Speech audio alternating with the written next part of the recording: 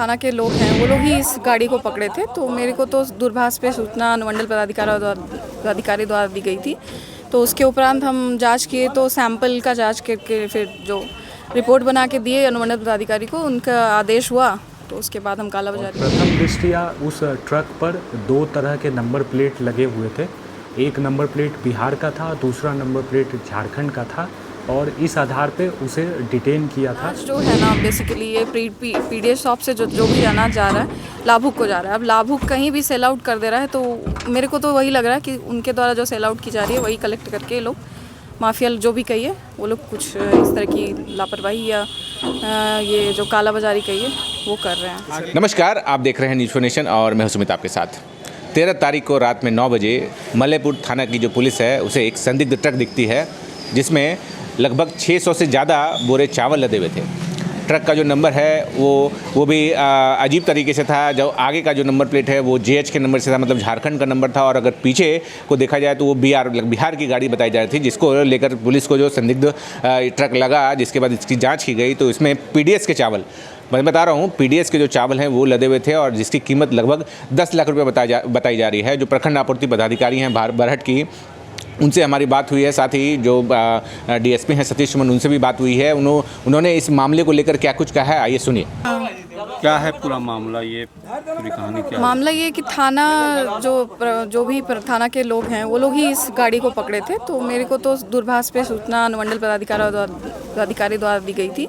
तो उसके उपरांत हम जांच किए तो सैंपल का जांच करके फिर जो रिपोर्ट बना के दिए अनुमंडल पदाधिकारी को, उनका आदेश हुआ तो उसके बाद हम कालाबाजारी का FIR के लिए आए हैं। जांच में क्या कितने बोरे पाए गए हैं? जांच में अभी तो मेरे को जितना इन्फॉर्मेशन मिला है उसके अकॉर्डिंग 610 के लगभग बोरे हैं, लेकिन उसमें से लगभग 40 से 50 बोरे क्षतिग्रस्त हैं। अच्छा, हाँ। क्या पता चला कहाँ का चावल है, किस तरह का? ये करेक्ट इन्फॉर्मेशन तो अभी नहीं दे सकते हैं, लेकिन जहाँ तक जितना इन्फॉर्मेशन मिली है उससे रतनपुर का से उठाव किया गया था। ये क्या मतलब सरकारी अनाज जो डिस्ट्रीब्यूशन? हाँ, सरकारी अनाज से लिप्त लग रहा है, ऐसा प्रतीत हो रहा है। फर्स्ट दृष्टि में तो यही बता सकते हैं कि कालाबाजारी है। जब मैम ये मानते हैं कि जो जिस चावल को गरीबों के घर में जाना चाहिए वो चावल माफिया के द्वारा बेचा जा रहा है, ले जाके दूसरे जिले जा रहा है, तो लगता नहीं है कि ये बहुत ज़्यादा इस तरह से बड़ी गड़बड़ी है? नहीं, गड़बड़ी तो देखिए ये अनाज जो है ना बेसिकली ये पीडीएस शॉप से जो भी अनाज जा रहा है लाभुक को जा रहा है। अब लाभुक कहीं भी सेल आउट कर दे रहा है तो मेरे को तो वही लग रहा है कि उनके द्वारा जो सेल आउट की जा रही है वही कलेक्ट करके ये लोग माफिया जो भी कहिए वो लोग कुछ इस तरह की लापरवाही या ये जो कालाबाजारी कहिए वो कर रहे हैं। सरकारी अनाज खरीदना या बेचना भी तो गुनाह है। गुनाह हुआ, लेकिन ये गुनाह तो पब्लिक ही कर रही है, पब्लिक को मिल रही है, वो लोग बेच दे रहे हैं, इस खाना नहीं चाह रहे हैं, या जो भी कारण हो इसका उनका पर्सनल चीज़ होगा वो। तो आगे क्या कार्रवाई होगी? आगे हम तो FIR के लिए दे रहे हैं, अब यही FIR होगा। मैडम 13 तारीख को पकड़ा गया और आज 16 तारीख को इस पर FIR किया जा रहा है। हाँ, 13 तारीख को पकड़ा गया, लेकिन इसकी जानकारी दूरभाष पे मेरे को 14 को मिली अनुमंडल, और 14 को मैंने जाँच किया। जांच में सैंपल से जो भी पता चला उस अनुमंडल पदाधिकारी को रिपोर्ट दिया। और कल क्योंकि 15 अगस्त था तो सब लोग उस स्थिति में व्यस्त थे तो उसके उपरांत ही आज मेरे को लेटर प्राप्त हुई। उसके उपरांत मैंने FIR के लिए। क्या कॉस्ट आ रहा होगा इसका? कॉस्ट 311 क्विंटल के आसपास चावल है, क्या कॉस्ट तो बिल के अकॉर्डिंग जो हमारे पास एक बिल गाड़ी से मिली थी उसके अकॉर्डिंग तो लगभग 9 लाख के अराउंड है।